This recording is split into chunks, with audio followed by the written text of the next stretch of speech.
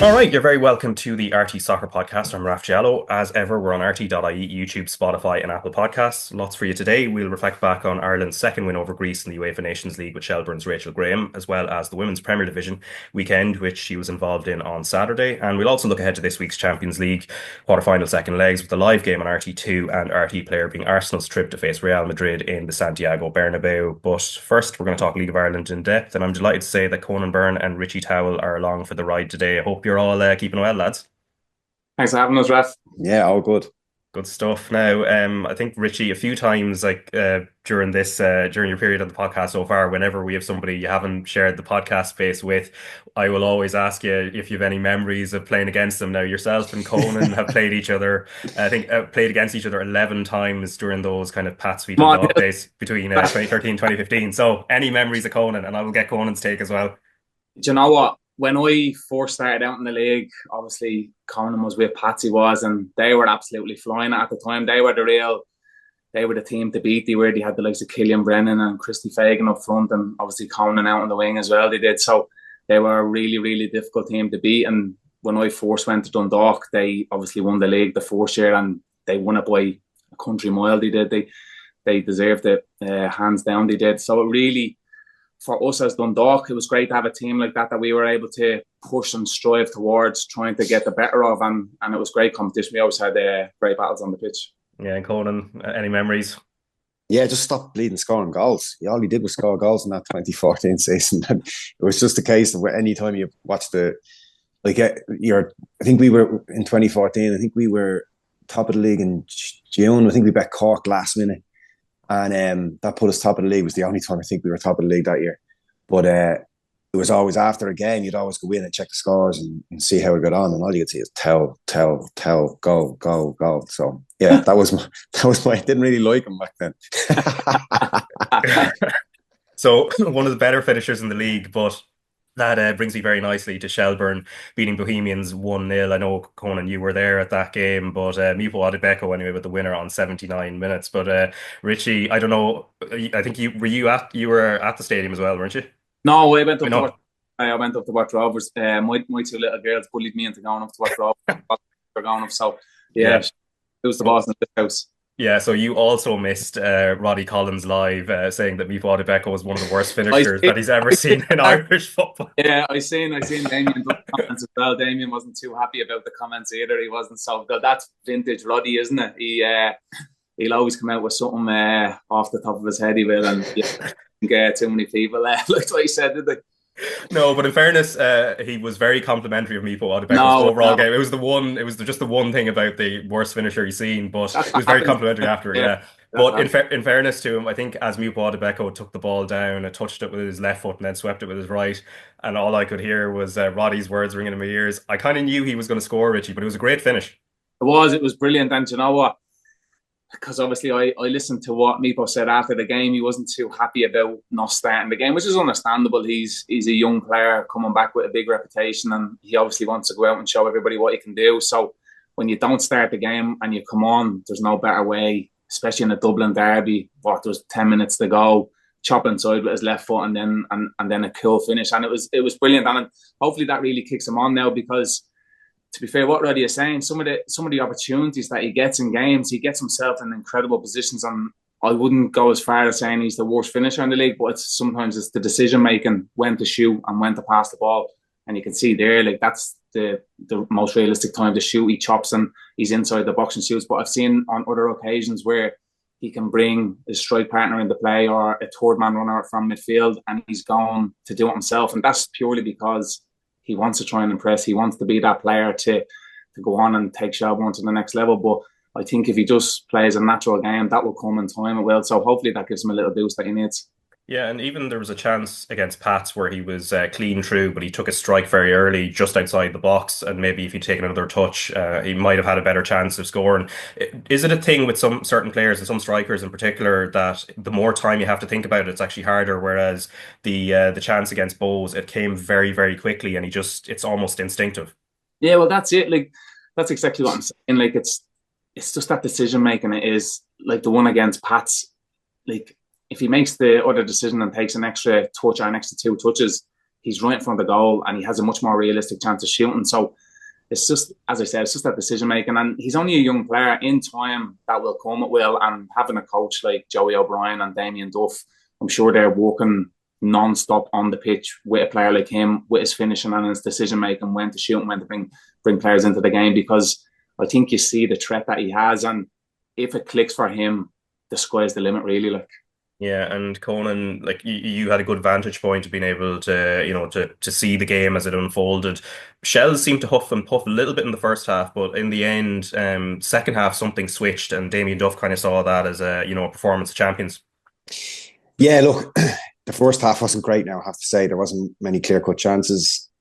Like, they kind of cancelled each other out in terms of possession. I think Bows were poor enough in that regard. They were slowing everything down, and they were winning the ball. McManus was getting it, playing it across the league cabinet at the back, and instead of recycling it back up the line, he'd come back inside and slow everything down. So wasn't as effective in terms of the Bows trying to attack and play. But second half, it was just a complete tactical battle between the two managers. It was really fascinating to watch from the sidelines, because Shell started the second half in complete ascendancy. They were really getting in behind Bows. Bows needed to change it. They did. They went to the same formation as Shels, that kind of boxing midfield 3-4-2-1 formation. And then within 2 minutes, Damien Duff changed it again. He changed his formation into a 3-5-2, put Mipo on up front, and that was a big risk, because obviously the overload then was in Bows' favour, that 4v3 in midfield, and Bows did get some chances, but Duff felt that the risk was there, the chances that we're going to create with the two up front. And I think the main turning point in the game was his decision, actually, when JJ Lunny to come off, was to put Ali Coot on in his place, because he could have put on John O'Sullivan in there and kind of been reserved and like for like, so to speak. John O'Sullivan, more defensive-minded player than Ali Coot. But he brought Ali Coot on. So we had Ali Coot and Harry Wood on either side of McInroy. And it was the two players, like Coot set up the goal for Mipo. I know Sean Boyd came to Sean Boyd first, and it was a good block. We were just talking there about the coaching, and it'll come. It's nearly a confidence thing as well, that when you have a situation like that where he brings it on, chops it back in his left, and instinctively, like you say, Raf, pokes it in with his right, you'll see so many centre forwards try to side foot that. And the fact that he's able just to toe poke that in gives him that split second to get it past the defender before the challenge comes in. And I just think that will give him loads of confidence. They saw out the game very well then. But Bows did huff and puff the last few minutes. Connor Cairns came for a few, missed a few. But it was I think Shels deserved that on the night. Yeah, and what did you make of Mark Coyle's performance, and maybe even across the last couple of games, because there's so many injuries at the back that they have, and then he's kind of slotted in there, and it's not about size or anything else, because he's not the biggest. He's obviously a more of a defensive midfielder, but he's marshalling that back line really well. Yeah, he stayed in the middle of the back three with Sean Gannon and Ledwidge either side of him. Being honest, he didn't have much to do, Raf. I think Colin Whelan, anytime the ball came up to him, he was very isolated. And when he did try to hold it up, it didn't stick.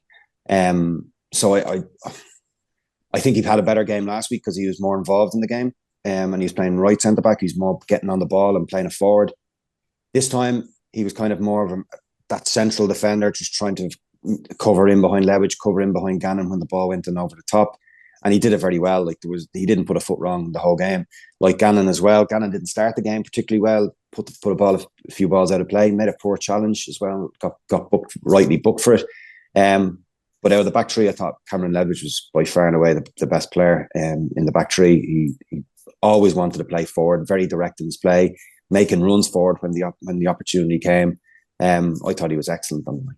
Yeah, and what would you say in terms of Bows? What positives can they take? And then at the same time, Alan Reynolds, he has made changes over the last couple of games, like Tarasca in goal instead of Talbot. But obviously the result didn't come this time. But what do they take out of that performance that they can bring into their next games? I know you try to bring positives to games, but there really wasn't much that I could say from Bows' performance on Friday. I'm struggling to even think of one positive. I think they're lacking confidence, Raf. I think they need to get Tierney and Dawson Devoy on the ball a lot more. Like I said, they were getting the ball up the left, and then they were recycling it, and it was working out well. They were trying to get up, trying to get come out from the centre halves back out the right hand side, but it wasn't going quick enough, and Shels were able to regroup. So their pace of play needs to improve massively. They're just slow in possession. They are very good at being compact, and they can be difficult to break them down. But when they have it, they need to counter-attack much quicker and get up to Colin Whelan much faster. Yeah, and then elsewhere, Drogheda United still flying 3-1 winners away at Derry City, and part of this game, Richie swung on Liam Boyce. Obviously, opens the score and a much needed goal for him, because he's been a handful at times for Derry, but hasn't had the luck in front of goal as of yet. Then he does get his goal, and then 2 minutes later, a second yellow card for a pullback on Conor Keeley. He's on a yellow and he makes that kind of decision. Is that just a kind of striker's kind of pullback in a certain sense? Because he's not used to, I suppose, getting carded. He's not exactly like in the Duncan Ferguson kind of mold of getting himself booked or anything else. Like, he's only had one red card in his career, which was for Ross County against Dundee United in 2014. So he's not necessarily in those kind of positions. I couldn't believe what had happened, especially being on a yellow card. Because if you see what happened, like Derry turned the ball over, and it's Conor Keeley is striding up the pitch. He's at the halfway line. Like, realistically, if there's a player on the pitch that you do want that's breaking on you, it probably would be a big centre half. Like, so, but he comes steaming past about 3 or 4 Derry players and just wipes them out. Like, just pulls them by the shoulder.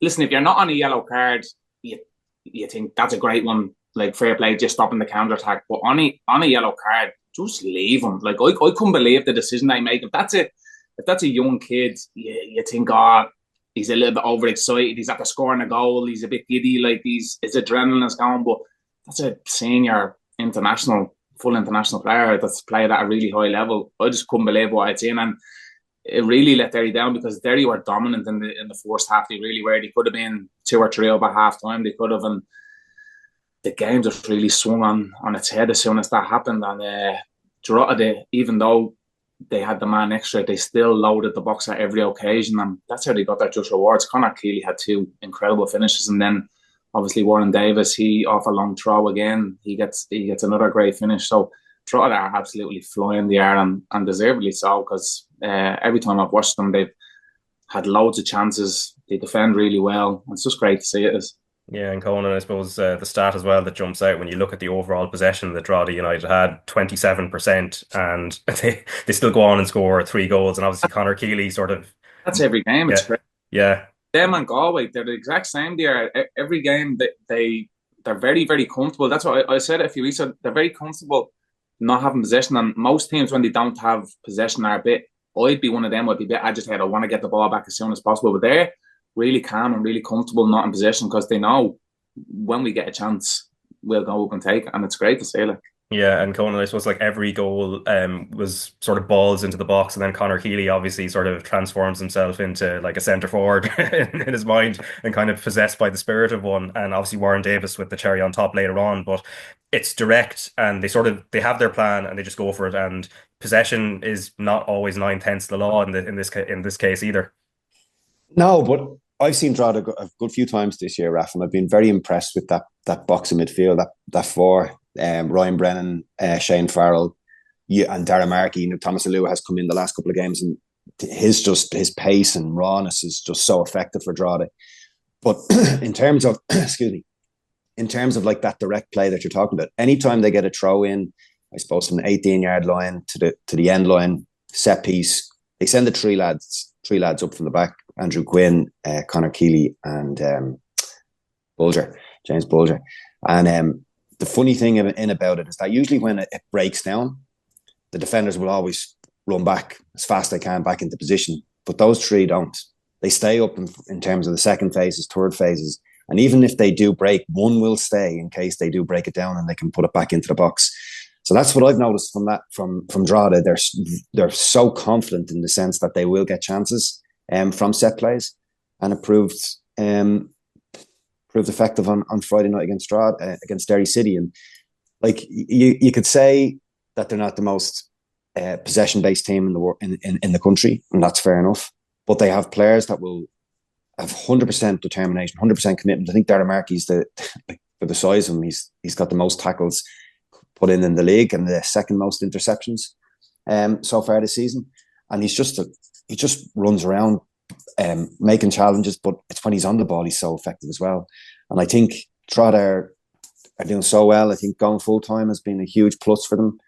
I was doubting because I've done it a few times, Raf, going from part time to full time. It can be difficult, just in terms of like I see Richie there with the protein shake. It's just even that type of stuff where you're so used to having a day-to-day job and then you do you have to go train in the evening time. Is that is completely flipped now. When you're training in the morning, you have to look after your recovery and what do I eat, what do I drink, what's the best source of protein and food and recovery that I need as a full-time player rather than a part-time player. And that took time for me to kind of adjust.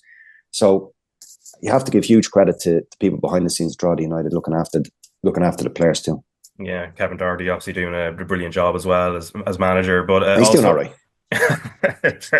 Yeah, but overall, Conan, I suppose this is way too early to say because we're only in the first phase of the season, pretty much. But the way Drogheda are going and the trajectory of Leicester City back around 2015, 2016, where they survived 1 year and then obviously they went and did something amazing.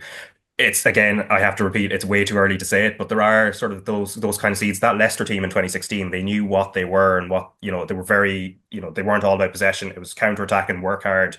And Drogheda have a bit of that they're in that sort of mold as well in a certain sense. Yeah, you could say that you can't rule out in this league. Like, I think if you were a betting man, for instance, like you wouldn't touch the league. Because it's just so up and down. You have so many different teams that can beat certain teams on their day. And with Drogheda, yeah, you're right. They have the. I think what suits Drogheda best is their tactical play. I think man for man, coming up against other players, you could say, well, 11v11 in terms of quality. I think you'd nearly pick the opposition players over the Drogheda players. That might sound harsh. But I just think the way they play together, they're a unit, they're a team, and that means so much. Richie will tell you that means so much in terms of grinding out results and getting trying to get as high up the league as you can. Like Kevin in the first, I think it was in the second or third game, was absolutely raging with the media for the perceptions that they will finish bottom of the league, and he's using that against everybody else in every training session. In every pre-match team talk, I'm sure that's been said. And it's all that us against the world mentality that I'm sure Drogheda are having this season. And it's working out really well. You never know what will happen. They're playing in Europe as well later on in the year. Something to look forward to. But then again, do they have the squad depth to compete? Look, I can see them staying there at the top end of the Premier Division. But who knows if they can sneak a European spot without the FA Cup?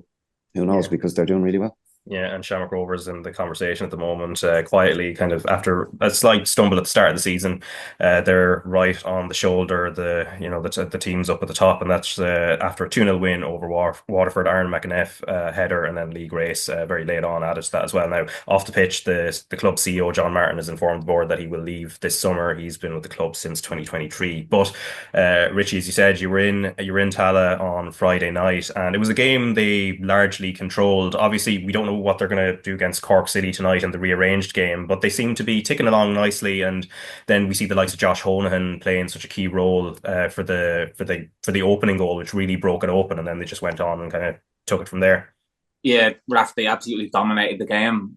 I was obviously at the match. I was actually really disappointed in Waterford, how they even approached the game. They didn't have a goal at all. They didn't, and I was expecting them to come out and have a right goal, because realistically they've nothing to lose. I heard Keith Long saying that it doesn't define their season going up and getting a 2-0 defeat against Shamrock Rovers, which he's right in saying that, but go out and have a goal at least and go out on your shield. But they kind of went there and lay down a little bit.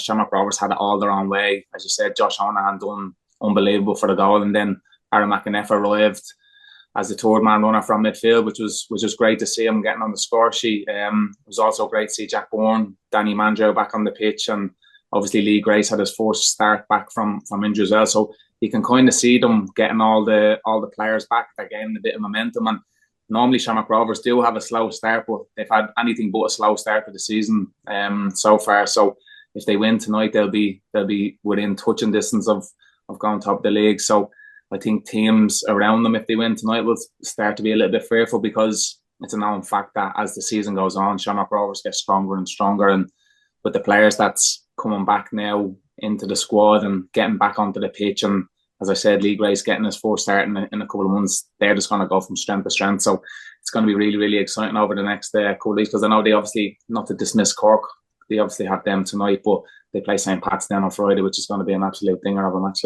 Yeah, and Barry Murphy, when he was on co-commentary during just before the goal, before Josh Honahan goes down the byline and then crosses it for Aaron McAneff, he was pointing out that Graham Burke was sort of growing into the game, and that's where things were shifting. Like, what did you make of his performance? Yeah, Graham was incredible on the night.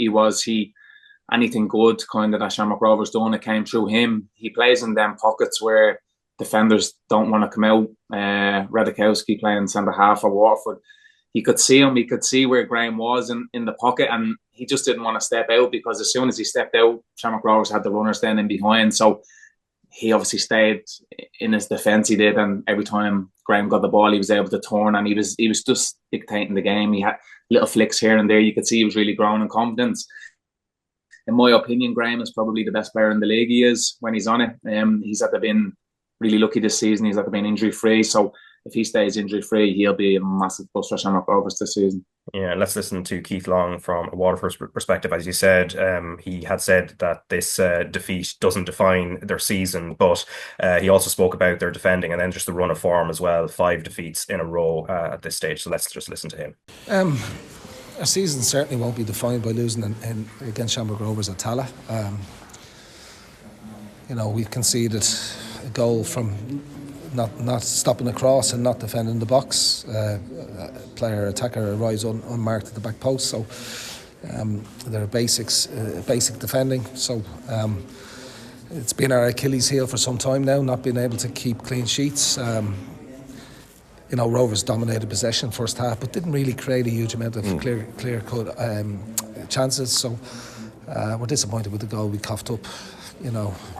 And then second half we make a couple of changes, getting a little bit of momentum in the game, a little bit more possession, and then we concede from a set play, a free kick.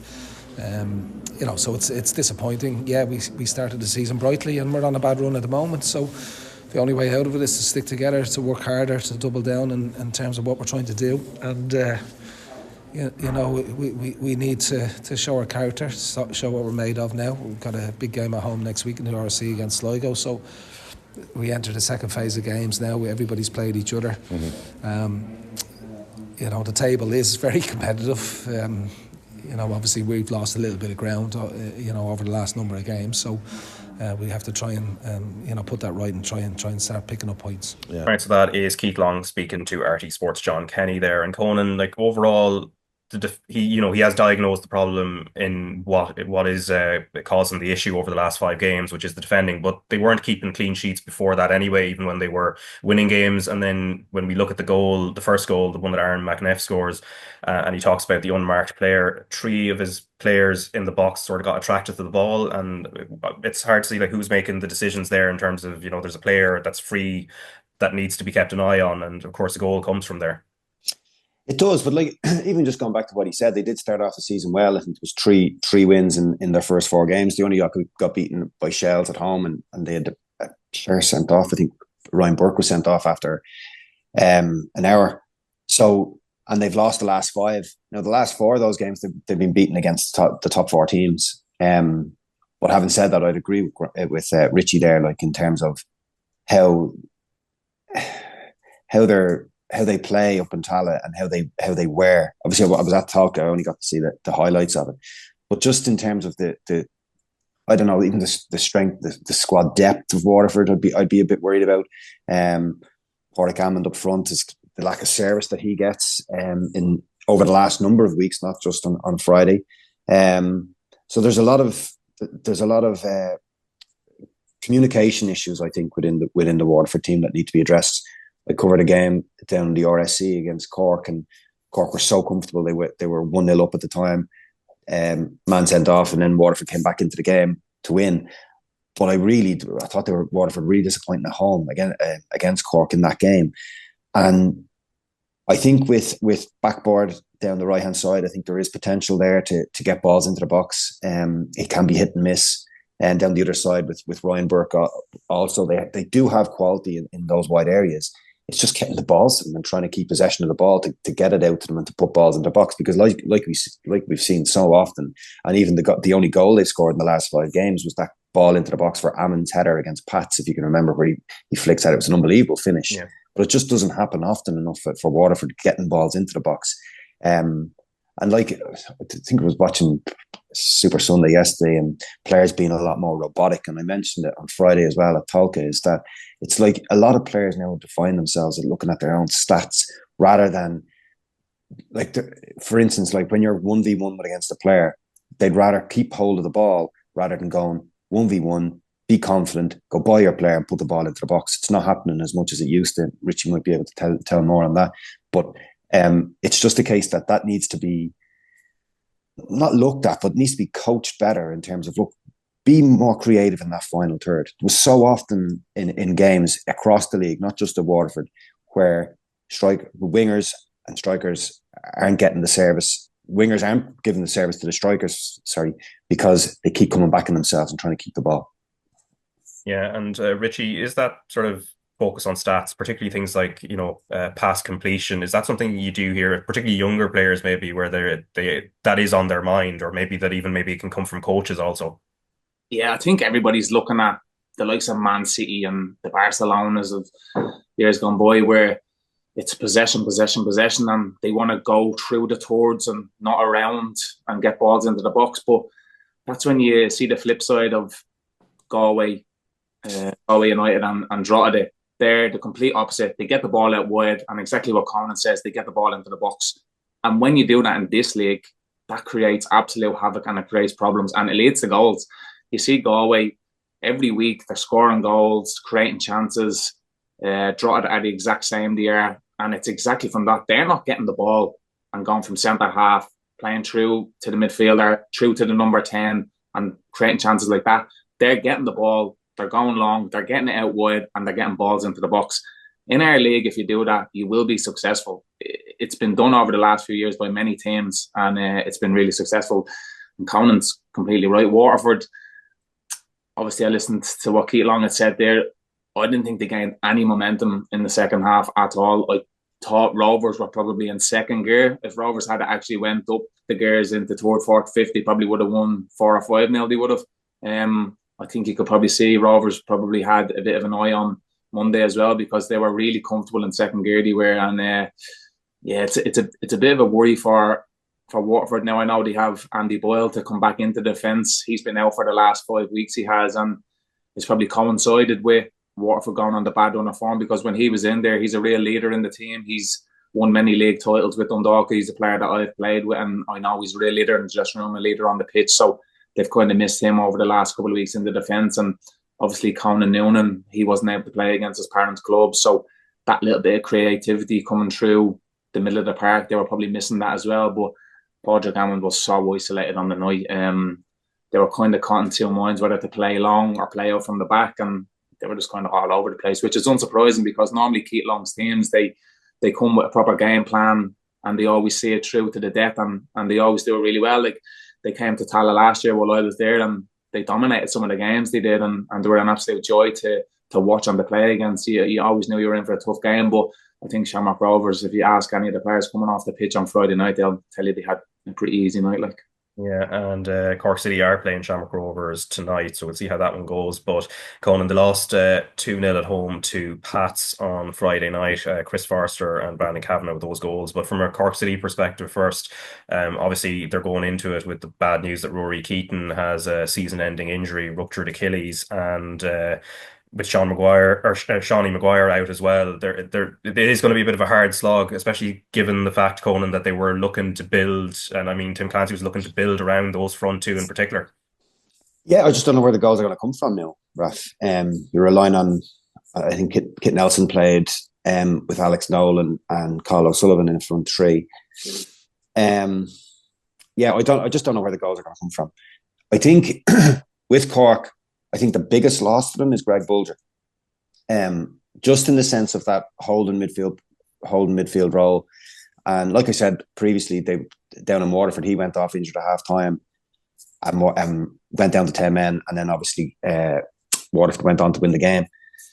I just think he's the key to that Cork City team in terms of holding onto the ball, breaking up play, and giving it to those exciting wide players that they have in Carl O'Sullivan and Kit Nelson. But I think he's been brilliant so far this season. He's really good on loan from Preston. Benny Couto's up and down that left side as well. He's doing particularly well. And Derek Crowley on the opposite side. So they do have the players that can compete at this level and can really push themselves into the top half of the table. But when you're missing the likes of Greg Bolger, Shawnee Maguire, Rory Keaton, I know Carl O'Sullivan was out for a long time. He's only just coming back. Dykesteel's out as well. Like these are players that can turn games. Hugely experienced players. And all being injured at the same time. It's not ideal for Tim Clancy, and by all accounts, Carl O'Sullivan won't be around in after the summer either. So another huge loss there for Cork. So yeah, it's like I said, I just don't know where the goals are going to come from with such attacking threats being on the sideline. Yeah, and Maguire, who will be back, I think in maybe about a couple of weeks. I think they're saying he's back running anyway, and Greg Bolger is quite close to coming back as well, so that'll be a little bit of a boost. And they did have their moments against Pats as well. But Richie, in terms of the Pats side of things, I mean, the quality of the goals, I think that's the one thing that really stands out. I don't know if that's much consolation to Cork City that it's, you know, some cracking finishes that done for them, but overall, like Forster and you know, Kavanagh, I'm supposed to have to tip the hat to them. Yeah, and you know what, Raf? That's exactly, if you're going to win a league title, that's exactly what you need. You need players that sometimes when it's not going your way, or like that, you go to a difficult venue down in Turner's Cross and the game's a bit edgy, and like that, Chris Forster with his left foot puts one into the top corner. And then, do you know what? I actually love Brandon Kavanagh's goal because it's a little bit opposite of what Pats normally do. They normally, like what we said, they're actually a team who play out from the back and like to play through the towards because they have them players in there that are really comfortable on the ball and really creative. But it was actually a long ball from the goalkeeper. Cork just headed the ball down into midfield. Brandon Kavanagh got on the second ball, and it was a great finish from him as well from distance it was. So yeah, look, Brandon Kavanagh was actually very unlucky with his free kick as well. He had one identical to the one against Waterford that he scored in the last minute that he was very unlucky with. So I think you see St. Pat's, they have that creativity and they have that little spark that sometimes when the game isn't going your way, that players like that can get you out of a hole.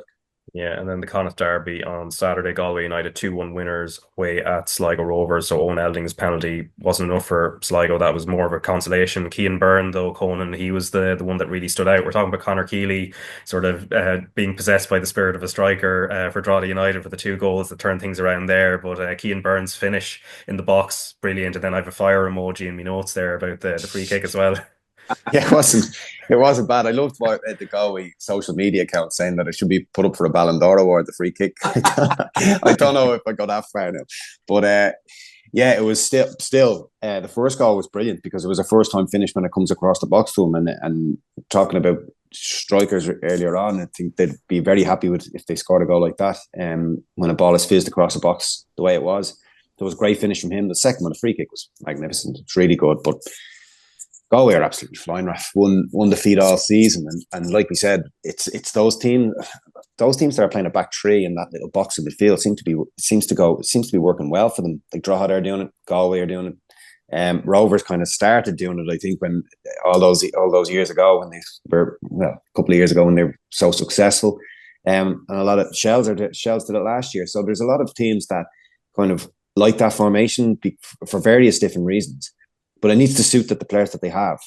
And like we talked about with Drogheda, it definitely suits them. But with Galway also, it does. And when you have the likes of Greg Cunningham in your team, that type of leader that can play in a variety of different positions. I think he's played centre-back, he's played left-wing back, he's played centre midfield. Especially coming back from his injury after a broken leg last season, he's done remarkably well. I think Rob Slevin has been outstanding at the heart of the defence.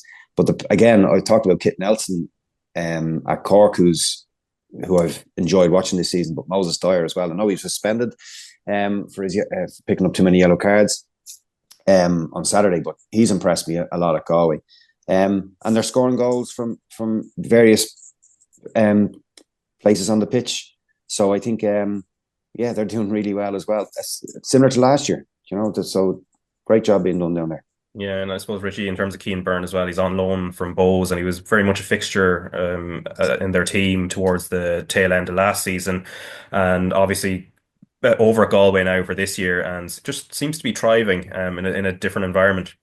Yeah, well, I know he done really well during pre-season for Bowes. I know he played a lot of games, scored a lot of goals, and it's a bit surprising when someone's doing that in pre-season and they let him go out on loan, which is a bit crazy, especially when you can see Bohemians are really struggling at the moment.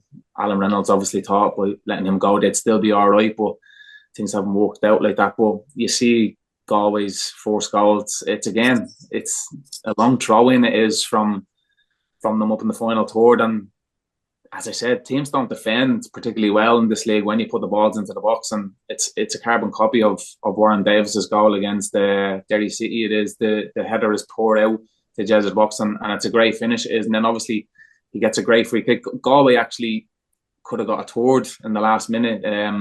Hickey done really well, a little nutmeg on the centre half on John Matton, and put a lovely ball through. So he should have put the game to bed there, but obviously Eldon got his fourth goal of the season as well, which was good to see. He seems to be the only shining light really down at Sligo at the moment, because let's be realistic, they've been really poor. Anytime I've seen them, they've been desperate. They have. So I know John Russell, the type of person he is, I'm sure he's working really hard on the pitch, but he really needs his players to step up and take to the forefront and really go for it on the pitch, because they haven't been doing that at the moment.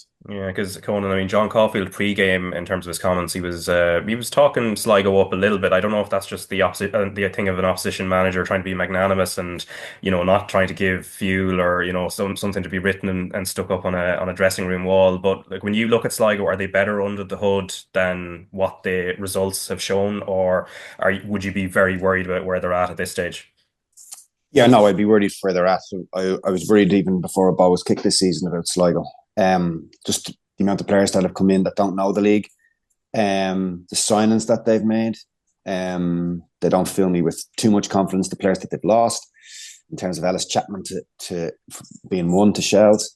I think in order for Sligo to survive, I think they need to have a good window of bringing in experienced League of Ireland players. And I think that's what they need. I think that's the most important, where their experience. I think they're lacking it in certain areas of the pitch. I know John Russell will be working his backside off to try and fix things, and recruitment is key for him. I know he spent a lot of time abroad over the off season to try to bring those players in. But yeah, I think they're the team now that I'd be looking at probably for relegation. I can't, just in terms of, again, Owen Elding, such a young player, a lot riding on his shoulders. There's no one to back him up. Like at other teams, with the likes of Melia, for instance, you have other players that can step into his position and give him a break. Michael Noonan at Shamrock Rovers as well. But with Elding, he's the one player that is doing well for Sligo, and Richie's right, he's the one shining light. But apart from him, like, I know Jada Kiki has done okay as well since he's come in. But yeah, they've been poor all round. Yeah, and Sligo have Waterford on Friday, so this is going to be the Friday-Monday sort of weekend as well. So that's a huge game, also with Waterford in poor form. And then same night, Drogheda United play Shelbourne, Bowes are home to Cork City, and a big game there between Pats and Shamrock Rovers too, and then Galway United and Derry City as well. And then on Monday, it's the Dublin derby between Rovers and Bowes, and then Cork City against Waterford, another sort of big game in terms of the bottom part of the table. Drogheda United against Pats, again, another one to watch. Shelbourne against Galway United, which will be a bit of an arm wrestle. And then on Tuesday, the Northwest derby, Derry City against Sligo Rovers. And Richie, I suppose the one thing that jumps out, back-to-back Dublin derbies for Rovers against Pats and Bowes. So if they get through those, obviously then the words that Rory Gaffney, when he was there was that bit of fighting talk a couple of weeks ago, that becomes a bit more, the punch hits a little bit harder.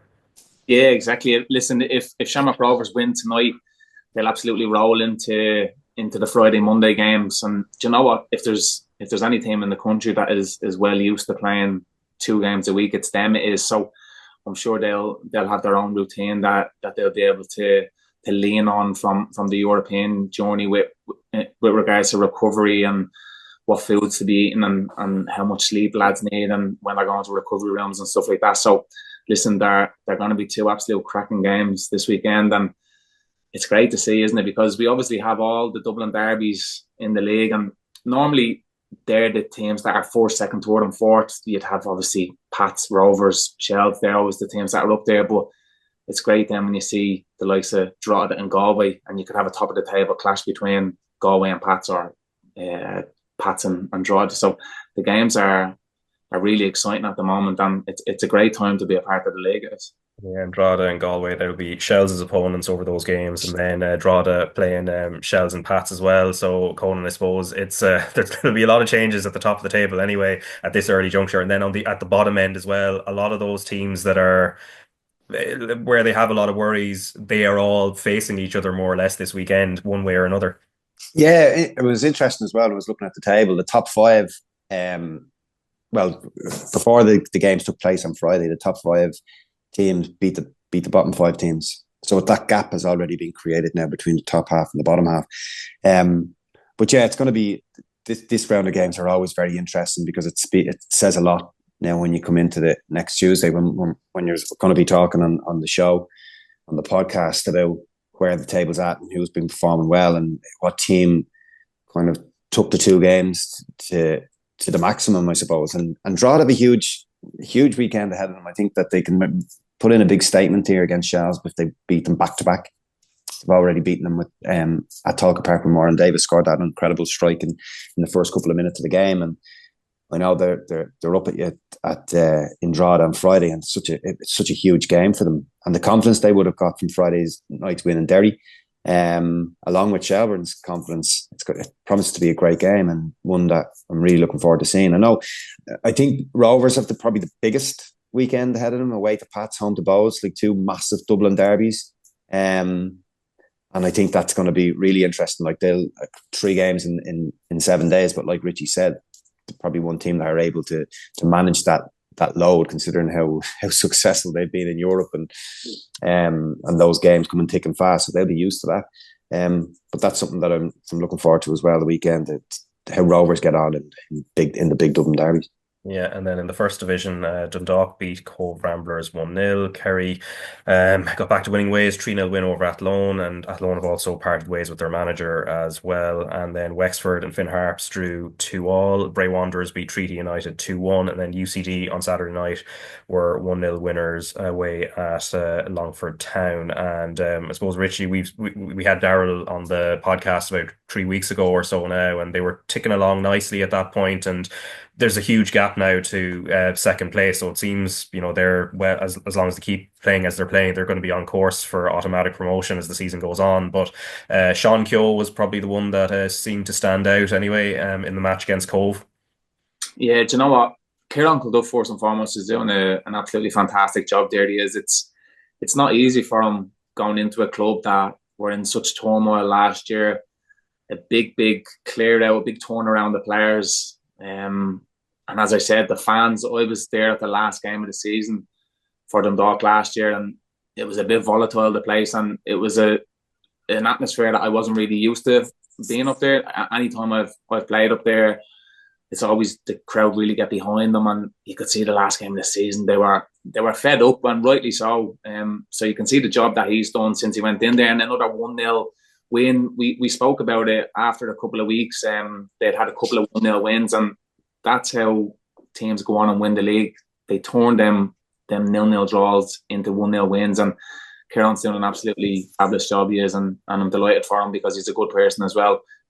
Sean Keogh, on the flip side, he was actually a player that I highlighted. I watched him, as I said, against Shamrock Rovers last game of the season, and he was up against Neil Ferrugia, and I actually thought on the day, he was only a young kid, he was, and going up against arguably probably one of the best players in the league at the time, in Neil Ferrugia.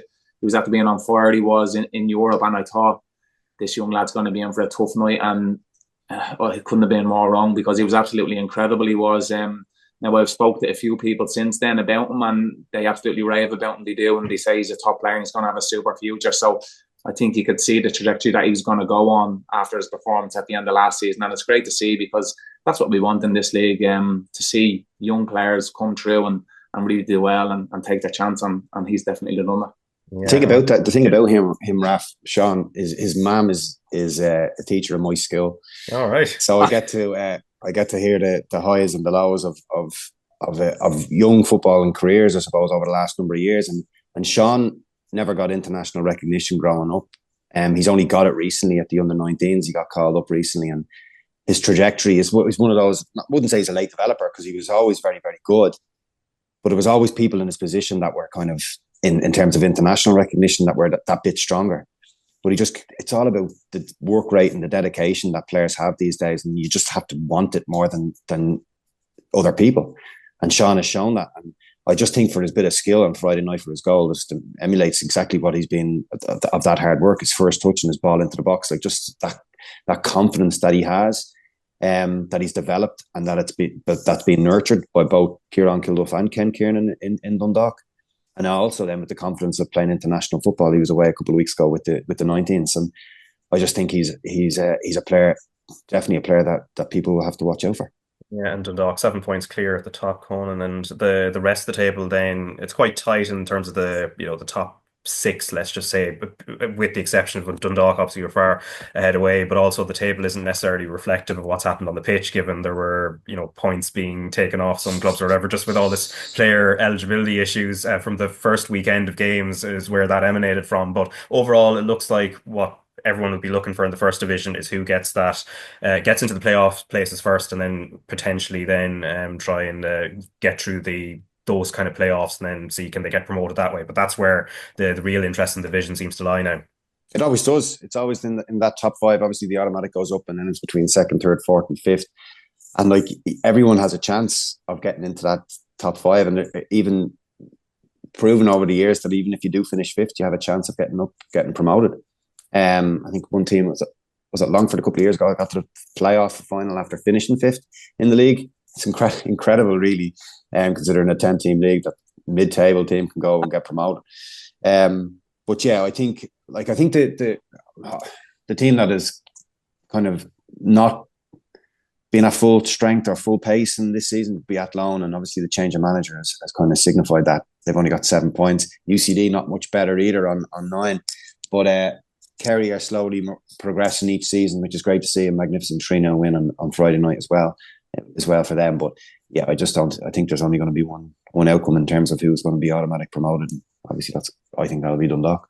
Yeah, and obviously Champions League as well. We have Real Madrid against Arsenal, which will be live to watch on RTÉ2, and then you can also stream it on the RTÉ Player, and that is this Wednesday from 7:30 with Kevin Doyle and Richie Sadler joining Darren Maloney in studio and Ronnie Whelan alongside Des Kern on commentary. Now, as things stand in the Champions League after last week's first legs, it looks like Barcelona are through after beating Borussia Dortmund 4-0 last week. Inter have the edge on an injury hit Bayern Munich, so they won 2-1 away from home, and they defend so well that it'd be hard to see them, drop it. Well, kind of losing to Bayern at the San Siro, especially with Bayern sort of in iffy form, even domestically. And then PSG's late goal last Wednesday in our live TV game on RTÉ has made it a tall order for Aston Villa, who have to overhaul a 3-1 deficit at Villa Park now. But Conan, looking at Aston Villa, do you give them much chance even at home against what is a very exciting PSG, in fairness, and who probably should have won by a lot more than they did in the first leg? Yeah, probably, but it was a bit like the Liverpool game, wasn't it, where they absolutely dominated possession of the ball. I thought they were so, but I do think Villa were so impressive in the first half, containing them and not conceding, and then that breakaway goal in was unbelievable. McGinn winning the ball back, and then Rashford setting up Tielemans, and who sets up Rodgers. It was just a perfect counter-attack goal. And if you're just saying that was 35 minutes in, and you're just saying just hold out till half time. 2 minutes later, Doué pops up with an unbelievable strike from the edge of the box. And that's somebody that is, I suppose, he'd frustrate the absolute life out of you if you were a fellow player, because you're in a better position than he is. But he has such full faith in his ability that he's like, well, you might be in a better position, but I can finish it better than you. So that's it. And that was him. That's what he can do. And second, like just conceding the second goal straight after half time as well. It's just Kvaratskhelia. Just again, you have that. No matter what, that team talk at half time is like, just keep it tight. Don't concede in the first 15 minutes of the second half, and let's see what happens then. We might get a counter attack or two and nick a goal. was 48, 49 minutes, I think, was it, when he did put the ball in the net. And then after that, then you're saying, right, no more goals, can't concede, bring it back to Villa Park. Anything can happen there in a stadium like that for a European night. And then Nuno Mendes pops up in the last minute to make it 3-1.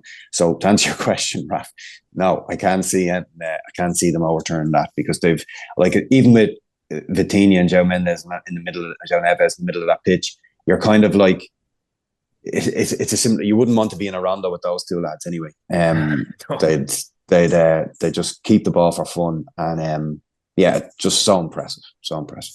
Yeah, the only thing, Richie, Unai Emery was trying to project a bit of calm afterwards when he was asked if that third goal that PSG scored would make any difference to his plans. He seemed to suggest it wouldn't. It really doesn't change the game, but I imagine that's just a thing of a manager just trying to project calm to his players, as opposed to actually necessarily believing that goal doesn't make a difference. Yeah, I would say he was just putting a front on. I'd say when he went into the dressing room, he was absolutely devastated to concede in the last minute, because at 2-1, realistically, going back to Villa Park, they probably would have been happy with that, with just a 1-goal deficit, because I've actually been lucky enough to play at Villa Park when I was at Rotherham and at Brighton, and it's a really intimidating place to go and play. It is, and I'm sure on a Champions League like that, it's going to be absolutely rocking. It's an unbelievable stadium, Raf. It is. You see all the stadiums now, they're really modern, and everybody wants to get their stadiums done up. You see the likes of Man City's and Man United is obviously going through the renovations now. Everybody wants that, but Aston Villa's one is a real old school stadium with real history behind it. And I think even for the PSG players that go and play there, they'll be kind of looking around thinking, what's this? And it could work to Aston Villa's advantage. So listen, we'd love to see Aston Villa get an early goal and really have a right go at PSG, because you never know what can happen on the night. Like, yeah, I suppose speaking of those old school stadiums, I went over to Goodison Park a few weeks ago just to do the stadium tour as well, and that place is definitely showing its age. But then you walk a half hour from where their ground is, and then you go, and went to have a look at the new stadium, the one at Bramley Dock, which looks amazing from the outside. Like, and obviously, look, it'll boost their revenues and everything, but it is kind of, you do lose, like, Goodison Park just looks so cool though when you're kind of standing outside and just you see all the kind of murals and stuff at the top, and then obviously all the posters are like Seamus Coleman in different parts as well, which is a pity. So it's a pity some of those kind of older school stadiums are going, but obviously Arsenal left Highbury a very, very long time ago, but they're obviously going over to the Santiago Bernabeu, which has also had a facelift, Conan, and you give them, obviously, look, they're holding a 3-0 lead, and we'll talk about the free kicks that Declan Rice scored very shortly as well. But it's a weird task, because we know what Real Madrid are. They're kind of like a mystifying force in Europe as well. Yeah, look, it was a brilliant night last week at the Emirates for Arsenal fans, and Keith Tracy obviously as well. I'm sure he was chuffed. But like, we've seen so many European comebacks over the last number of years and it's at the Bernabeu against Real Madrid as well, that you just can't say that Arsenal are going to get through. Like, it'll be a huge task for Real Madrid to come back from that. But if there's 2 or 3 teams that could do it, Real Madrid will be one of them. And we've seen, like I said, the comebacks: Barca against PSG, Liverpool against Barca. So it is possible. And I think as well, with Kylian Mbappe getting sent off yesterday for that horror tackle, was it against Alaves maybe? He'll have the grip between his teeth. He'll want to pay back the fans, the players for that bit of petulance yesterday. So he'll be out and firing all cylinders, I'm sure. Camavinga is obviously suspended, given the red cards. So that'll be a bit of a loss for them.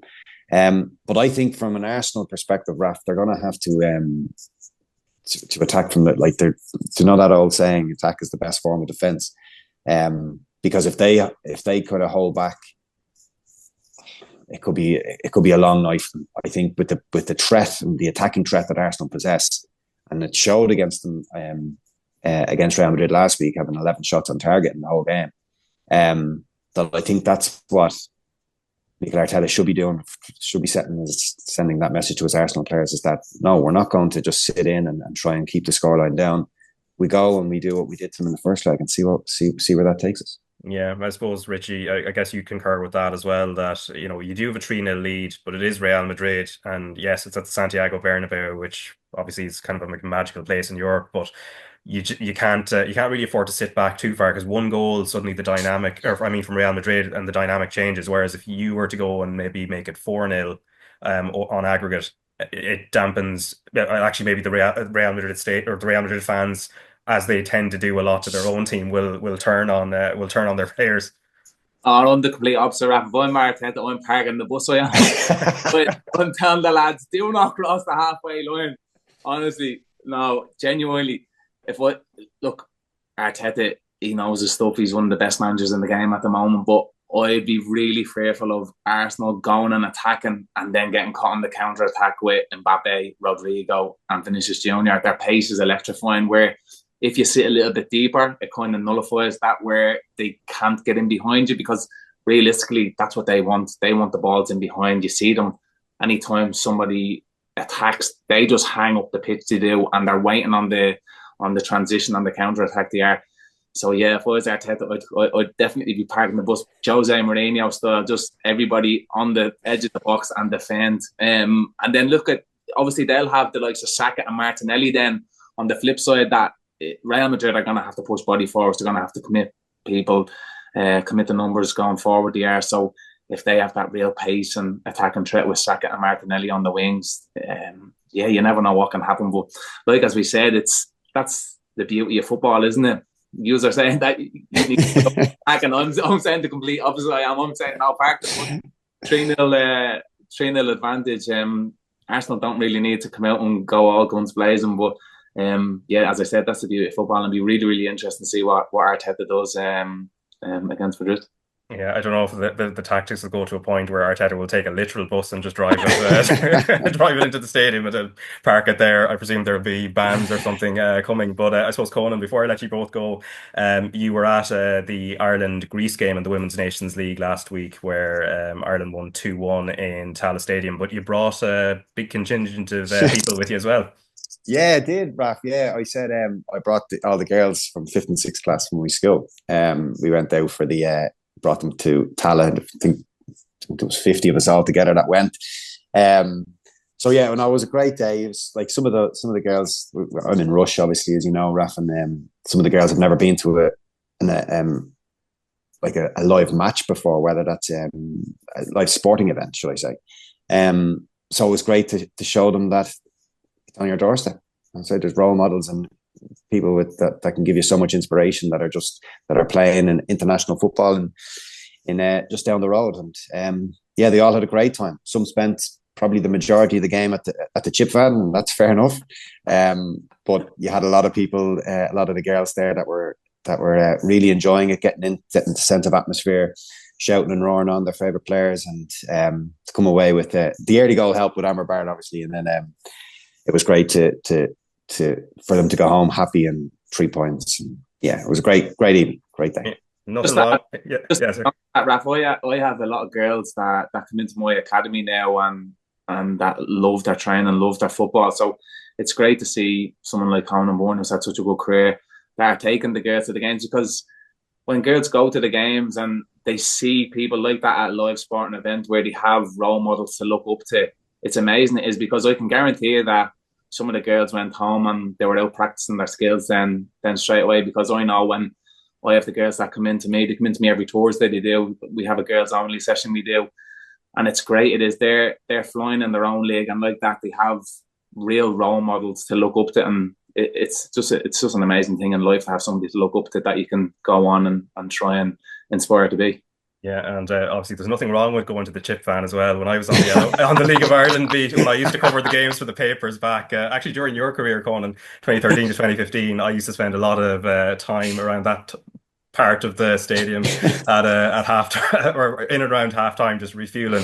Obviously, I'm a much healthier person now, and I've lived another decade or a bit anyway. But on a more serious note, Conan, just in terms of, we've had 2 windows with Carla Ward in charge. We'll talk about this with Rachel Graham very shortly in a bit more detail. But what have you made of where Ireland are at this stage? Okay.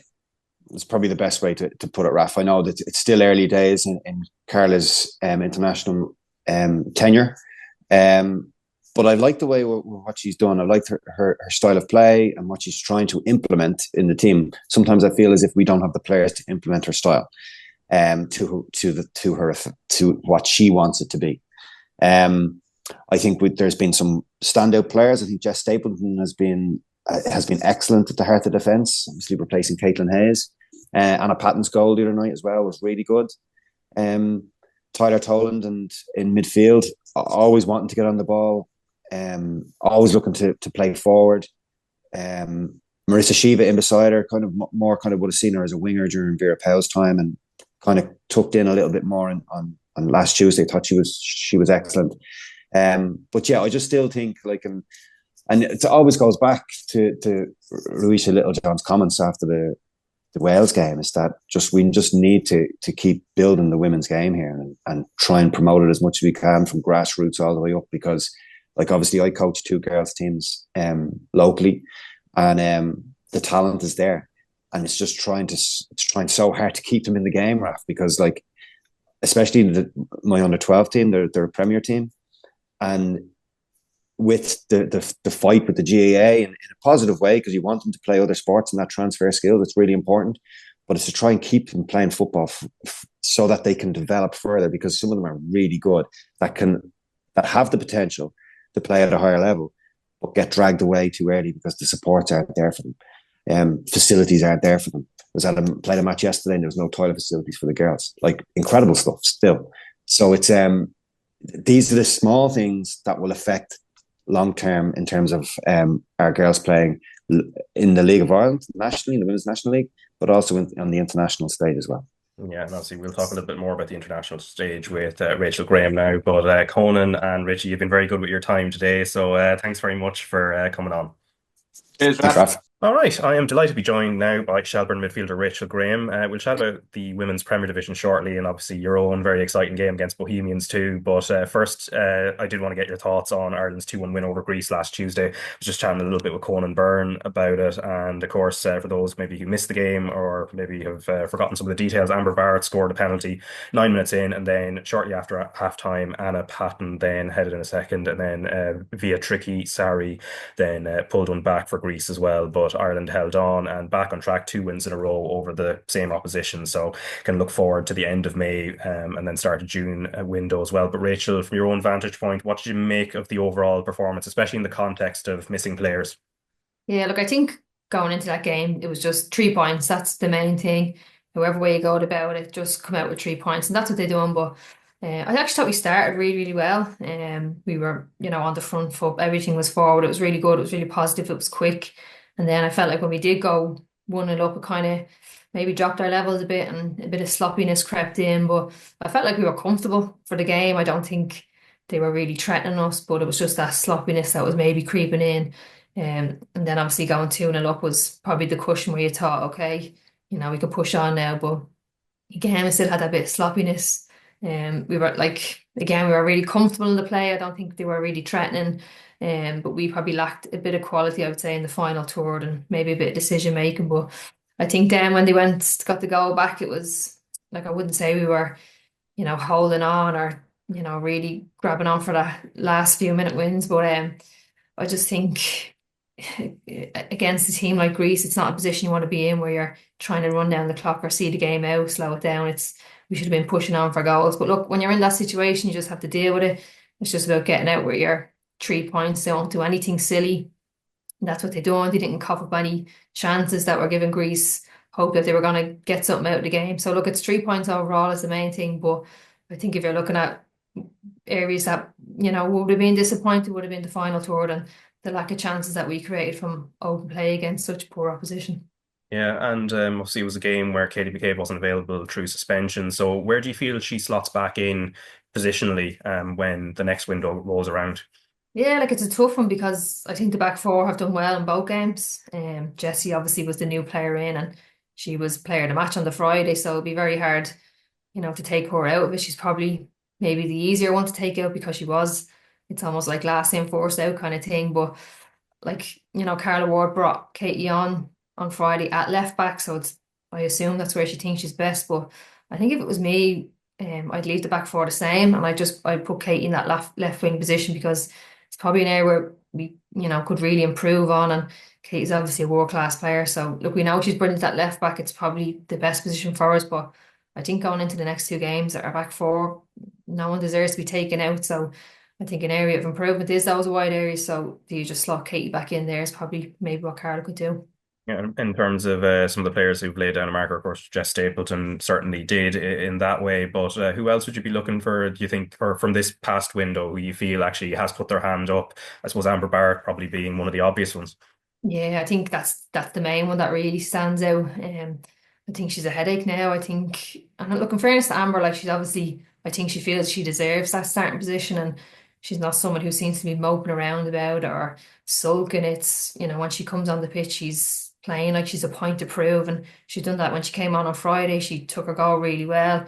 You could see what it meant to her afterwards. It was, it was not a nothing goal, but the game wasn't tight, but it still meant so much to her. And then she started the game on Tuesday, and I think she's done really well. For me, she was actually our best player. I think dropping into receive, she was really good, and she probably gives us more in behind than Kira Caruso would. But I think the only thing that probably maybe might go against Amber is that if she thinks she had a score from open play, I think she would have had a much stronger case to start. But it's definitely a headache for Carl. I think Amber's done very well coming in. She's come on a game, she's done very well, started, done very well. So look, it's a headache you obviously want to have, but I definitely think it's a tough decision for Carla now for the next game. Yeah, and then turning our attentions to the domestic action on Saturday. So Athlone Town flying 5-0 winners over DLR Waves, who are obviously having a tough season. Drogheda United 3-0 winners over Sligo Rovers. Cork City 4-2 winners over Waterford and Munster Derby. Galway United and Wexford 1-1, and same score between Peamount United and Shamrock Rovers as well. And then your own Shelbourne 7-2 winners over Bowes. So I was watching this one live on TG Cahir, and it was exciting in its own way. And obviously, I think you mentioned Jess Stapleton there as well. I think she was up in the crowd as well watching. Did you get a chance to catch up with her? I actually didn't know. I only heard afterwards that she was at the game, so I don't know if she got out of there quickly, but no, I didn't see her after the game. But look, Jessie's a really down to earth person. Anytime she comes home or they have time at home, she'll always text to meet up with her old teammates. So look, we didn't get to see her, but hopefully for the next camp we get to meet up. But look, obviously 7-2, you look at it and you think, a walk in the park, but it definitely wasn't. We went in 4-1 up at half time, but like if we had went in 3-1 down, you would have, that would have been a fair reflection of the first half as well. But I think it was probably the experience of our team versus theirs that was a real difference. And I think key moments in the first half at 0-0, they had a great chance to go 1-0 up, and then at 1-0 they had an even better chance to go 2-1 up. And like our keeper does really well, makes herself big and just puts off Hannah Healy. And then like when we get our chance in the first half, we take them. And so that was, I think the real difference was probably the experience of our attacking players against the experience of their attacking players. But look, we knew we were going to be in for a tough game. They've very young players, very, fit, lot of legs in midfield that we knew would cause us trouble. And it did. Even, I knew I was going to be marking Hannah Healy in the game, and played with Hannah all last year, so I marked her in train. I knew it was going to be really tough, in for a really tough game, and she proved right. And she caused us a lot of trouble in that first half. But I just think overall, like the experience of our team was probably what pulled it away from us in the end. And a couple of late goals in the first half, and then some late goals in the second half. But yeah, 7-2 seems like it was very, very easy, but it definitely wasn't the case. Yeah, and it's one of those, I suppose, for yourself in that battle with Hannah Healy, where I suppose you have to make those decisions when you're going to sit off and then you're going to go in for some crunching tackles. I think there were a couple of them. I think there's one very early on that actually led to a break in play. Although, just to use my Gaelga here, I think you did get the Leaf Road on that one, and then also I think there was another challenge in the 14th minute. You got the ball on that occasion as well. So again, it was a very kind of it's a derby, so of course it's going to be a little bit feisty as well. That's exactly it. And like, I was obviously an ex-player, but like there was no badness in anything between us. Like I just knew she was a really tough player. I knew I was going to have a hard day, and she tore me once or twice in the first half. So I knew, right, I need to get maybe not so close sometimes, and then if I can get there and win it, I'll go and win it. But look, she's an excellent player. She's a big future ahead of us, ahead of her. Probably caught her at a good time. They're only back from the under-19s where she's played 3 international games, so that maybe took a bit of a toll on her. But it was a good battle, good Dublin derby, but definitely like, Hannah has a really bright future ahead of her, and she's a really tough player to mark, and she's a big player for Bowes this year. Yeah, as you mentioned, the experience on your side played a huge role in getting you through that game as it went on. But at 1-1, there was just a period, I think maybe a 15-minute period where Bowes just kept creating chances. Amanda McQuillan obviously made some great saves as well to keep the score where it was. But just before you went and scored your second goal and where the game started to turn, and at that stage where the tide is very much against you, were you kind of, how did you look to adjust and, try to stem that tide? Because then it did start to turn and Bows weren't getting as many spaces. Yeah, like I said, the first half they had better chances than we had, and I think there was a break in play at one stage, and we were all called over to the sideline, and it was just a message of we need to just track the runners off the forced ball because we were kind of getting sucked into trying to win that forced ball, and it was the runners off it that was causing the trouble. So I think once we dealt with that, we were much better in the first half anyway. And then the second half, obviously, we pulled away, but like I said, they had a better chance in the first half, but it was just probably that bit of experience maybe where if they had taken their chances, it would have been a much different game. Whereas we done it up the other end, and it just proved to be the winner in the end. Yeah, and obviously helps when Pearl Slattery's in the form that she is in the when set pieces are coming in, and then on top of it, like Mackenzie Anthony, the level of composure for her chip at 4-1. Yeah, that's where we're laughing. I think Pearl's going to probably finish our top goal scorer this year. Camilo Pearl's excellent. She's popped up some really important goals for us. Obviously, they were kind of icing on the cake on Saturday, but like anytime we need her, she's there. She's either defending our goal or she's putting it in the other net when we really need her. But yeah, I think Mackenzie's was probably goal of the day. It was funny afterwards. She just said, "I just couldn't wait to get the ball off my foot," and obviously it was a great chip. But no, it was a nice finish from her, and she's coming into flying form for us as well, which is really good. Yeah, and then elsewhere, Athlone Town, obviously, as I said, flying 5-0 winners over DLR Waves at the Carlisle grounds. And the one thing, the goals are the focus, but actually looking at their clean sheet record, that's 4-5. So obviously, that's probably their strongest suit in many ways. Yeah, and that's kind of what we spoke about a couple of weeks ago, is the importance of keeping clean sheets when you want to win a league. But look, obviously 5-0 is pretty routine win, but it's when it comes down to the 1-0s or the 2-0s, that's when you really need your clean sheet. But yeah, I think DLR seem to be struggling a lot this year, and a couple of high score lines for them now, which is not something that we kind of really want in our league. We want tight games where it's not just the top teams taking off each other. It's every week you're having to fight for your 3 points or your points. So look, it's not ideal for them. They've had a poor enough start. So hopefully it picks up and we see them score lines getting tighter and tighter. Yeah, and Athlone have Treaty United next to themselves. Have started well, 4 wins from 5, which was capped by beating Sligo Rovers 3-0. And then Galway United, they're still really well placed, 1-1 draw with Wexford, but that's actually coming from a stoppage time goal by Charlotte Cromack as well for Wexford. But again, the one thing, the opposite Athlone in a certain way, Galway are not necessarily, they're not keeping clean sheets at this point. They seem to leak one goal at least a game now. It's not making much of a difference. They're in great form, but it did make a difference there on Saturday. Yeah, and that's exactly what we flagged a couple of weeks ago with them was, okay, they're scoring 2 or 3 goals in the game, but it's when you're only scoring one, it's the clean sheet that's what you really need. And I think because they scored so late in the game, I think it was like around the 85th minute, they got a penalty. And I think when you score that late, you're really disappointed not to come away with your 3 points. But I actually think Wexford are probably the team more disappointed not getting the 3 points. They had better chances in the game. Galway had more possession, but Wexford had better chances, especially I think it was like literally the last kick of the game that a player Tegan Lynch, I think, yeah. Lynch. She just hits it just wide, and you can just see the disappointment on her face. But they're definitely, I think it's funny, like, oh, we'd be disappointed to score so late and not win, but I think Wexford are more disappointed coming away with, like, great for them to get the such a late equaliser, but I think they'll feel they could have came away with 3 points in that game. Yeah, and then the other 1-1 draw, as I mentioned as well, was Shamrock Rovers and Peamount. So Mary Phillips with the equaliser from a corner and well taken. But I think the lesson, it seems to be, if you're playing Shamrock Rovers and Rusha Littlejohn's there, do not give away free kicks in certain areas of the pitch. Exactly, yeah. And I think Wexford are playing this week. I'm sure that's going to be in their game plan to no silly free kicks within shooting area, because she's very good. That's two free kicks she's after putting in now, which are really good finishes. So it's obviously something you will be aware of, and stay on your feet in the edge of the box, nothing silly. And then I think Mary Phillips was excellent in the game. She seems to be a real kind of player coming through for Peamount. She's obviously signed from Athlone this year, where she probably wouldn't have played a lot, but I mean, she was excellent against us when we played in Talca Park, and She was excellent again against Rovers and even popped up with a goal. So I think she's definitely a player for the future. She's in her Irish under-19s at the moment, so she's definitely someone with a big future ahead of her. Yeah, and then Cork City, as I mentioned, won their Munster derby with obviously newcomers Waterford 4-2, and it's Cork next for you, isn't it? So they've been kind of impressive at this stage of the season so far, at times. Yeah. So like a 4-2 win, obviously a team who's capable of scoring 4 goals, but you'd also look, they've conceded 2, so how can we hurt them? But, against Cork or any team coming to Tolka, we always back ourselves, we'll play our game, and we've just off the back of scoring 7 goals, a good win against Peamount, good win against DLR. So we're in good form as well. But look, we'll obviously respect the opposition. We do our homework, but we respect ourselves as well, and we play to our strengths, and that's what we'll be doing on Saturday.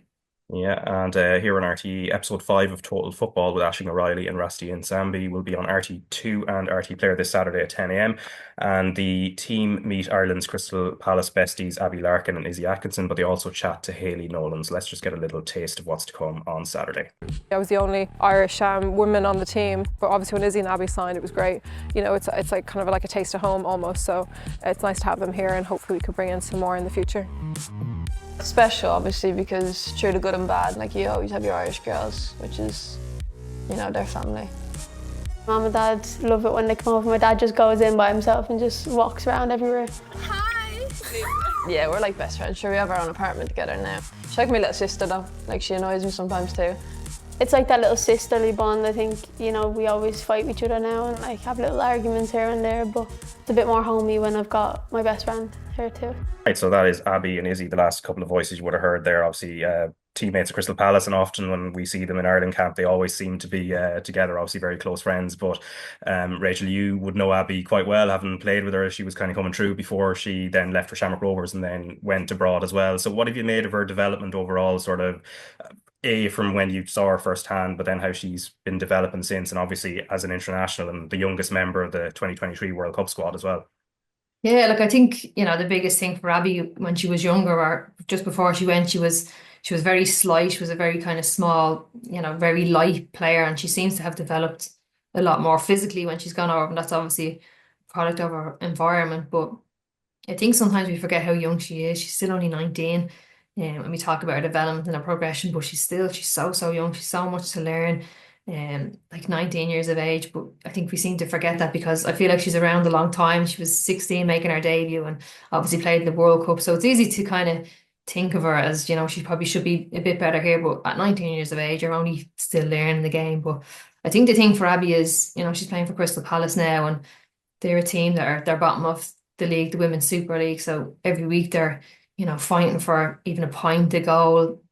They're losing a lot of games. I think they've lost 13 of their games. So the Abbie that we would have seen here in Ireland was a really attacking player, really exciting, scored a lot of goals, and was really hard to defend against. But she's probably not getting that opportunity now at Crystal Palace. So the only thing I would worry about is, is she developing them skills that we know her for? If she's playing the team every week that's under a lot of pressure, doesn't have a lot of the ball. So look, I know no team obviously wants to get relegated, but I think possibly, Abbie could be one of them players that benefits from either dropping down a league, or whether she goes with Crystal Palace or she goes to another team in that league. We've seen it with Jessie. She's on loan at Sunderland in that league. So I think for her and the attributes that she had before she went away is something that we can't forget about, because, she could be one of our best attacking players. But like I said, she's only 19. She needs an environment where she can get on the ball in the final third and really develop them skills that we know her for.